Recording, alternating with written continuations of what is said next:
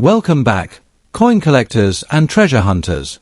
Today, we're diving into the fascinating world of British coinage, where history, rarity, and condition all come together to create serious value. From the smallest halfpenny to the much-loved 50 pence, certain years, mint marks, and special conditions can turn ordinary pocket change into coins worth hundreds or even thousands of dollars.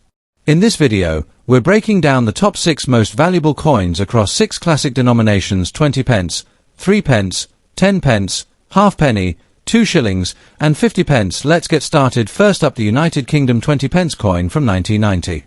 At first glance, this coin might look ordinary, but when examined closely, its history, design, and collector value make it worth a second look. In this video, we'll explore the 1990 20 pence coin in circulated fine condition, focusing on its rarity, unique features, and current auction value in US dollars. The 20 pence coin was first introduced in 1982 as part of a broader move to modernize Britain's coinage system. Struck in cupra nickel, it was designed to fill the gap between the 10 pence and 50 pence denominations. By 1990, the coin had already been in circulation for nearly a decade, and it remained a key part of everyday transactions across the United Kingdom. The year 1990 itself is not considered a key date in the series, but coins from this period help us understand the transition in British coinage leading up to the decimal system's full acceptance and later redesigns. The 1990 20 pence coin carries the portrait of Queen Elizabeth II by Raphael McLoof, which was used on UK coinage from 1985 until 1997. The obverse shows a mature depiction of the Queen wearing the George IV state diadem. On the reverse, designed by William Gardner, we see the Tudor rose, a traditional emblem of England, encircled by the words 20 pence and the date below. The heptagonal shape of the coin makes it easily recognizable and tactilely distinctive compared to round coins.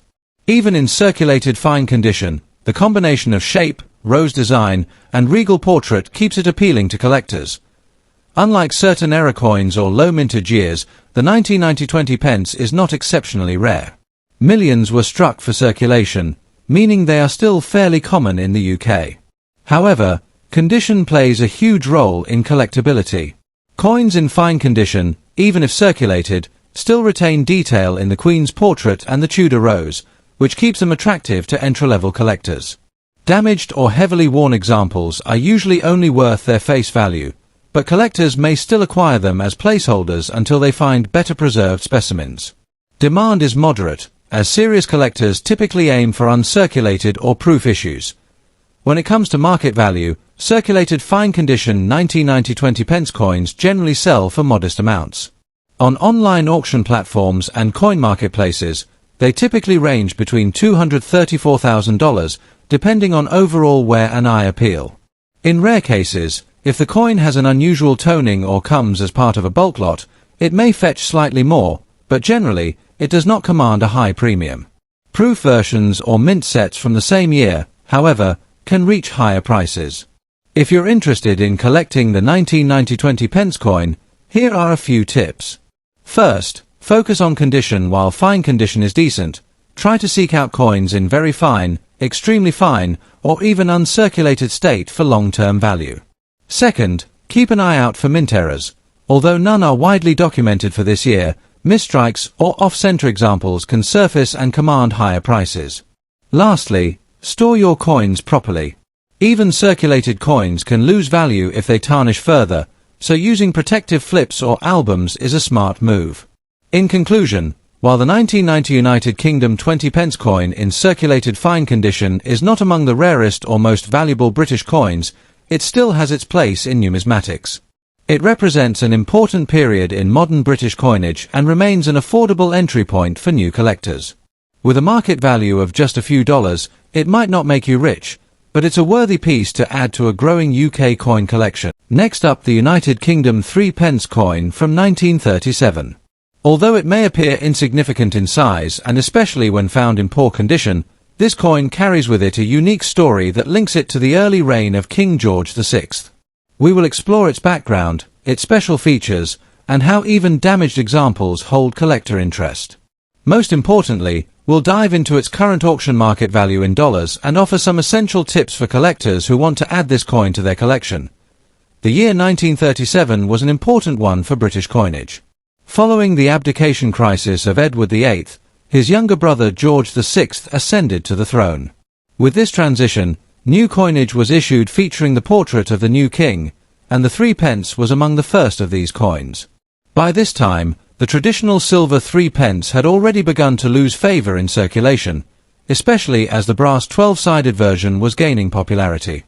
The 1937 brass 3 pence was part of the very first series issued under George VI, making it historically significant for collectors. The brass 3 pence introduced in the mid-1930s was a practical change, designed to replace the tiny silver 3 pence that was often considered inconvenient. Its distinctive 12-sided shape and thicker feel made it easy for the public to recognize and use. The 1937 issue was produced in fairly large numbers, yet it stands out as the first regular year of issue under George VI, anchoring it firmly in numismatic history. The 1937 3 pence features a portrait of King George VI facing left, designed by Thomas Humphrey Paget. The reverse displays a crowned thrift plant, designed by Francis Madge Kitchener, symbolizing growth and resilience, quite fitting for the uncertain period Britain was entering at the time. One of the most distinctive aspects of the coin is its brass composition and 12-sided design, which was unusual and innovative for British coinage of the period. The coin weighs around 6.8 grams and has a diameter of about 21 millimeters, making it noticeably heavier and more durable than the earlier silver 3 pence pieces.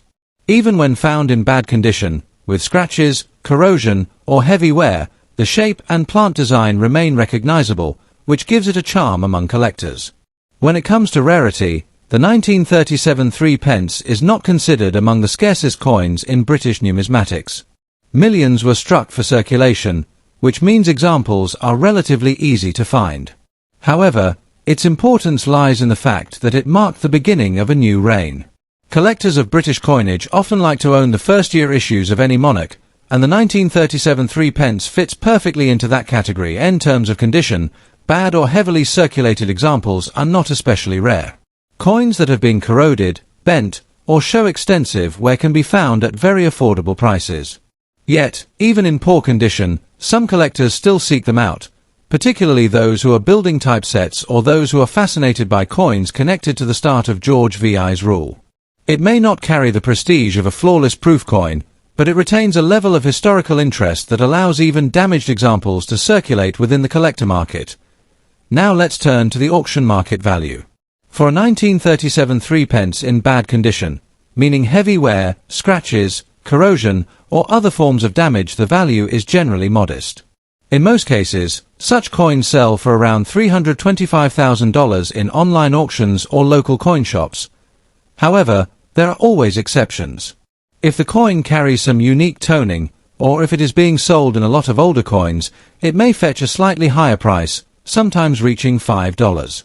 On the other hand, examples in very fine or extremely fine condition can sell for between $122,000, and uncirculated coins or proofs can fetch much higher prices. But when we are strictly speaking of poor or damaged condition, collectors should not expect significant financial returns. The value lies more in the historical story than in monetary worth. For those who are interested in collecting the 1937 3 pence, there are a few helpful tips. First, consider the condition you want to collect. If you're simply looking for a piece of history, then a bad condition coin can be an affordable way to start your collection. It won't break the bank, and it allows you to hold a piece of King George VI's very first year of coinage. Second, always pay attention to authenticity. While the 1937 3 pence is not commonly counterfeited due to its low value, fake or altered coins can occasionally appear, especially if someone is trying to sell them as rare error coins. Third, think about the bigger picture. If you are building a collection of George VI coins, starting with the 1937 issues across different denominations can give you a complete and historically meaningful set.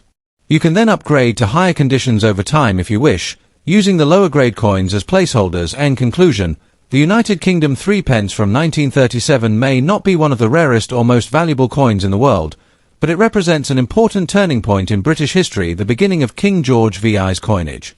Its brass composition, 12-sided shape, and crown thrift design make it a unique and easily recognizable coin. While heavily worn or damaged examples only sell for around $10, they remain popular among collectors who value their historical context. So, whether you're a beginner coin collector or a seasoned numismatist, the 1937 3 pence is a wonderful coin to own. It tells a story of change, resilience, and tradition all captured in a small piece of brass. Even in bad condition, it reminds us that sometimes the true value of a coin lies not in the dollars it can bring, but in the history it preserved. Next up, the 1997 10 pence piece in very fine condition.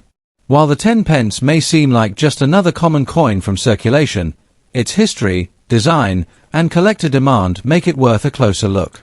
We'll go through its background, unique features, rarity, market value in auctions, and even share some collecting tips for those looking to add this coin to their collection.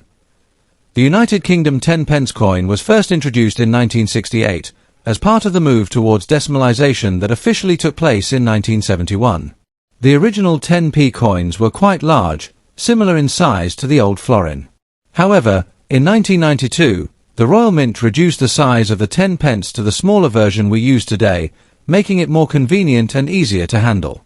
The 1997 issue falls into this newer, smaller type, and it features the portrait of Queen Elizabeth II designed by Raphael Maklouf, which was used between 1985 and 1997. This makes the 1997 coin historically important because it was among the final issues before the portrait changed in 1998 to Ian Rank-Broadley's design. The 1997 10 pence coin carries some distinct features that make it recognizable and appealing to collectors. On the obverse, you'll find the third official portrait of Queen Elizabeth II, with the legend Elizabeth II DG Reg. FD 1997. On the reverse side, the design by Christopher Ironside shows a crowned lion, symbolizing England's strength and monarchy. The coin is composed of cupronickel, with a diameter of 24.5 mm and a weight of 6.5 grams. Its smaller size and transitional role in the change of portraits make it stand out as an issue from the late 1990s. Now, let's discuss rarity. The 1997 10 pence coin was struck in large numbers for circulation, so in general, it is not considered rare in the numismatic sense.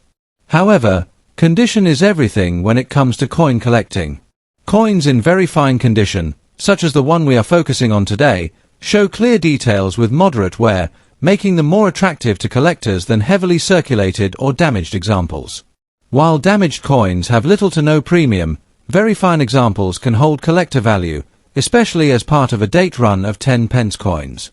Collectors who aim to build a complete set often prefer higher grade coins, and this demand ensures that well-preserved examples of the 1997 issue find their place in collections. When it comes to the auction market, the 1997 10 pence in very fine condition is not considered a high-value rarity. In fact, most of these coins trade within the range of $531,000, depending on condition and buyer interest. Uncirculated or brilliant uncirculated specimens can sometimes fetch higher amounts, particularly when sold as part of a collection or a complete decimal set. However, for a single very fine condition example, the value generally remains modest. Collectors usually purchase it not for its dollar worth, but for its place in completing a historical series of British coinage. If you're interested in collecting the 1997 10 pence, here are a few tips. First, always look for coins in the best condition you can find. Higher grades will always hold more interest and potential value in the future. Second, consider collecting the full series of small 10 pence coins from 1992 onwards, as this creates a more meaningful collection rather than focusing on a single date. Third, store your coins properly in protective holders or albums to prevent wear and tarnish.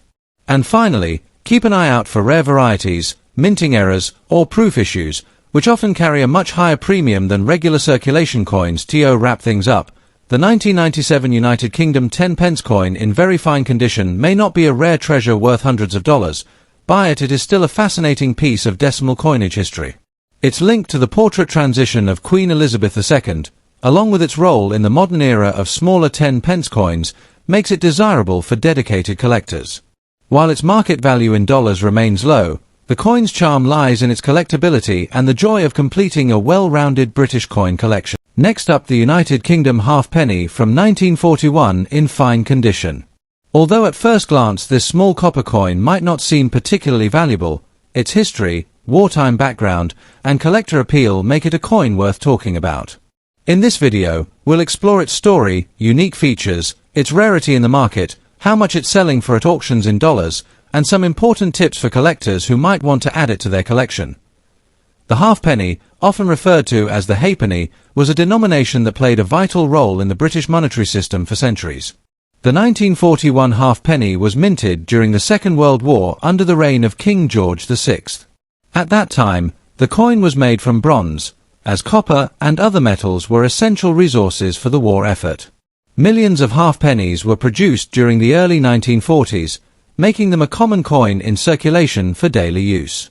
However, the 1941 issue carries historical significance because it reflects a time when Britain was at the height of wartime struggles, and coins like these were part of everyday life during an era of rationing and uncertainty. The 1941 halfpenny features the left-facing portrait of King George VI on the obverse, designed by Thomas Humphrey Paget. Surrounding the portrait are the words Georgiev 6DGBROMN Rex F laughing smiley INDIMP, which translate to George VI, by the grace of God, King of all the Britons, Defender of the Faith, Emperor of India. On the reverse, you'll find the iconic image of a detailed sailing ship, HMS Golden Hind, the famous vessel of Sir Francis Drake.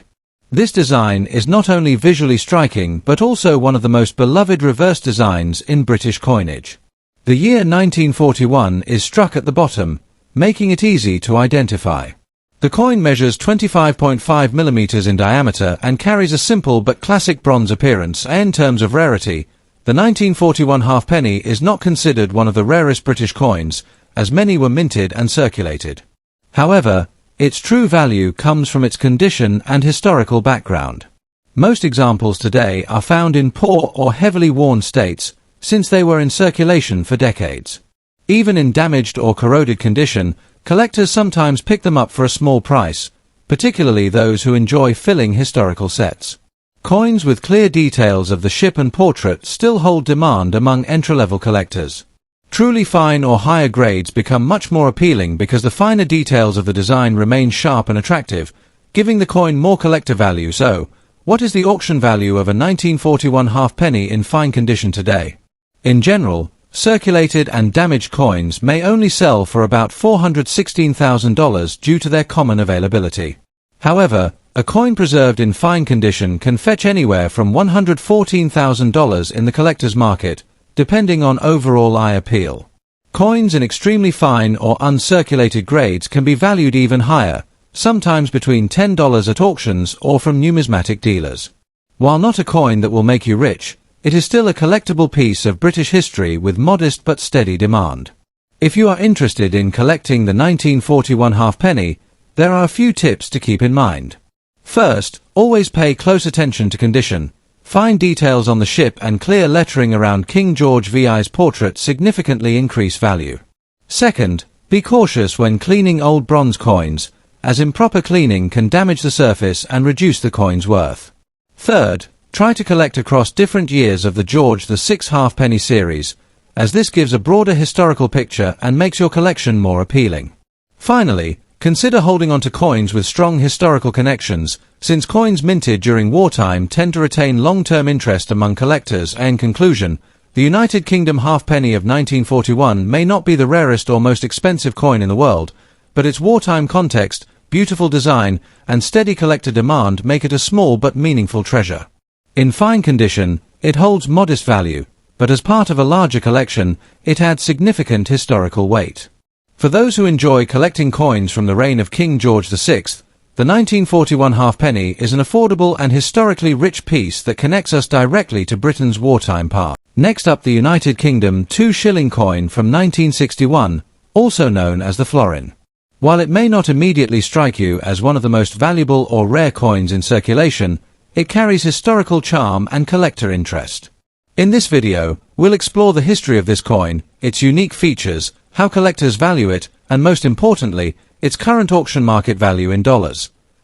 The 2-shilling coin, or florin, was introduced in the United Kingdom in 1849 as part of an early attempt to move toward decimalisation.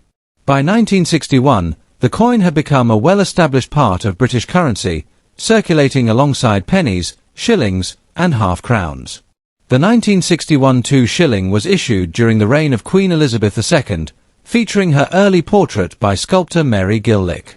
At that time, The coin was still minted in cupronickel, as silver had been completely removed from British circulating coinage after 1946. The 2 shilling coin remained in use until decimalisation in 1971, after which it was replaced by the 10 pence piece. The obverse of the 1961 2 shilling displays a youthful portrait of Queen Elizabeth II, bareheaded and facing right. This design is particularly admired for its elegant simplicity, showcasing the Queen in her early years of reign. On the reverse, designed by Edgar Fuller and Cecil Thomas, you'll find a crowned Tudor rose in the centre, surrounded by thistles, shamrocks, and leek symbols representing the 4 nations of the United Kingdom. The inscription around the edge reads FID Def 2 Shillings 1961, emphasizing its denomination and the monarch's role as defender of the faith. When it comes to rarity, the 1961 2 shilling is not considered a scarce coin. Millions were minted for circulation, which means they are still relatively common to find in the UK and abroad. However, the condition of the coin makes a big difference. Coins in fine condition, like the one we are focusing on, do retain collectible interest, especially among those building complete sets of pre-decimal coinage.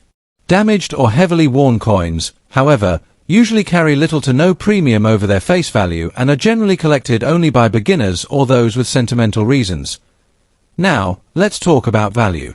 A 1961 United Kingdom 2 shilling in fine condition is not a high-value rarity, but it still appeals to collectors. On average, such coins sell at auction or online marketplaces for around $613,000. In higher grades such as extremely fine or uncirculated, the value can rise to about $10 depending on the quality and appeal. Damaged examples, however, often sell for little more than their nominal worth, usually under $1. It is worth noting that exceptional examples with proof-like luster can sometimes achieve higher bids from specialist collectors. If you're a collector looking to acquire or sell a 1961 2 shilling coin, there are a few tips to keep in mind. First, always examine the condition, carefully sharper details and less where significantly increased desirability. Second, consider buying in bulk. Pre-decimal coins are often sold in mixed lots, which can be a cost-effective way to build a collection. Third, keep an eye on special varieties, though the 1961 issue itself does not have major known errors or variants. Finally, presentation matters. Storing your coins in protective holders or albums helps preserve their condition and enhances their long-term value. To wrap things up, the 1961 2 shilling may not be one of the rarest or most valuable British coins, but it holds historical importance as part of the pre-decimal era. In fine condition, it typically fetches only a few dollars at auction, but for collectors, it represents a vital piece of Britain's numismatic story. Whether you're just starting out or building a complete set, the 1961 2 shilling is a coin that deserves a place in your collection. Next up, the United Kingdom 50 pence coin from 1979. This coin is one of the earlier issues of the 7-sided 50 pence piece that many of us in the UK remember using daily. While it may not seem like a rare treasure at first glance, collectors around the world are still drawn to this coin due to its historical importance, design, and the role it played in shaping the modern UK currency system. In this video, we'll explore its history, unique features, rarity in circulation, collector demand, auction value in US dollars, and practical tips for those who want to add one to their collection. The 50 pence coin was first introduced in 1969, replacing the 10 shilling note as part of the UK's gradual move toward decimalisation. By 1971, the UK fully adopted decimal currency, and the 50 pence became a staple of daily transactions. The 1979 issue came during the reign of Queen Elizabeth II and featured her second definitive portrait, created by Arnold Machin, which appeared on coins from 1968 to 1984. This portrait shows the Queen wearing the Girls of Great Britain and Ireland tiara, a design well loved by collectors for its elegance and simplicity. The 1979 coin was struck at a time when the 50 pence was still larger and heavier than the modern version we know today, measuring 30 mm across and weighing 13.5 grams. This larger, old-style 50 pence was in circulation until 1997, when it was replaced with a smaller version that remains in use today. The 1979 50 pence coin is instantly recognizable thanks to its 7-sided, equilateral curve heptagon shape, a revolutionary design at the time. On the obverse, we see the Machin portrait of Queen Elizabeth II, while the reverse features Christopher Ironside's design of Britannia, seated beside a lion, holding her trident and olive branch. The reverse design emphasizes Britain's naval power and peaceful strength, a motif that appeared on 50p coins for nearly 30 years before being retired. Its larger size and distinctive shape made it both practical for vending machines and iconic among UK coinage. When it comes to rarity, the 1979 50p is not considered a scarce coin, as millions were minted for circulation. However, as with many older coins, condition plays a vital role in its desirability. Coins from this period that have seen heavy use scratched, worn down, or damaged are generally not highly sought after by seasoned collectors. Still, even in worn condition, these coins carry a nostalgic appeal, especially for those who remember using them before the size reduction in 1997. Some collectors specialize in building full-date runs of 50p coins, meaning they want one from each year, regardless of condition. For that reason, even a damaged or circulated 1979 example can still find a home in a collection, particularly among beginner collectors or those who value the coin's history more than its pristine appearance. In today's auction market, a 1979 United Kingdom 50p coin in fine circulated condition usually sells for between $427,000, depending on its wear and general eye appeal. Coins that are heavily damaged or scratched tend to fetch closer to the lower end of that range, while examples in better circulated condition may attract slightly higher prices. Uncirculated or proof versions, however, can sell for significantly more, sometimes reaching $124,000 when presented in top-grade condition or original mint packaging. While the 1979 coin may not command high figures, it remains affordable and accessible, making it an excellent entry-level piece for collectors who are just beginning to explore British coinage. If you are considering adding a 1979 50p coin to your collection, here are a few tips. First, always examine the coin's condition. Look closely at the surfaces to check for scratches, dents, or excessive wear, particularly on the Queen's portrait and Britannia's trident. Second, if possible, try to obtain coins that have a clear, legible date, as this increases both aesthetic and market value. Third, consider storing your coins properly in coin flips or albums to prevent further damage, especially since older copper-nickel coins are prone to dulling over time. Lastly, while the 1979 coin itself may not be rare, it is part of the larger story of Britain's decimal coinage. Building a full collection of pre-1997 large 50p coins can be both enjoyable and rewarding, giving you a set that showcases important stages of UK monetary history. The 1979 United Kingdom 50p coin may not be among the rarest or most valuable pieces in British numismatics, but its charm lies in its history, design, and nostalgic appeal. It represents a fascinating era of currency in Britain, bridging the gap between the early days of decimalisation and the more modern coinage we use today. While in fine circulated condition it may only be worth a few dollars at auction, its true value is in the story it tells and the role it plays in a larger collection. Whether you are a beginner collector or a seasoned enthusiast, the 1979 50p coin is a worthy addition that reminds us how even common coins can carry a rich heritage. Thanks for watching. If you found this helpful, like and subscribe for more coin deep dives, and drop a comment if you've ever found a 1979 50p in your change. Tell us the condition and where you found it.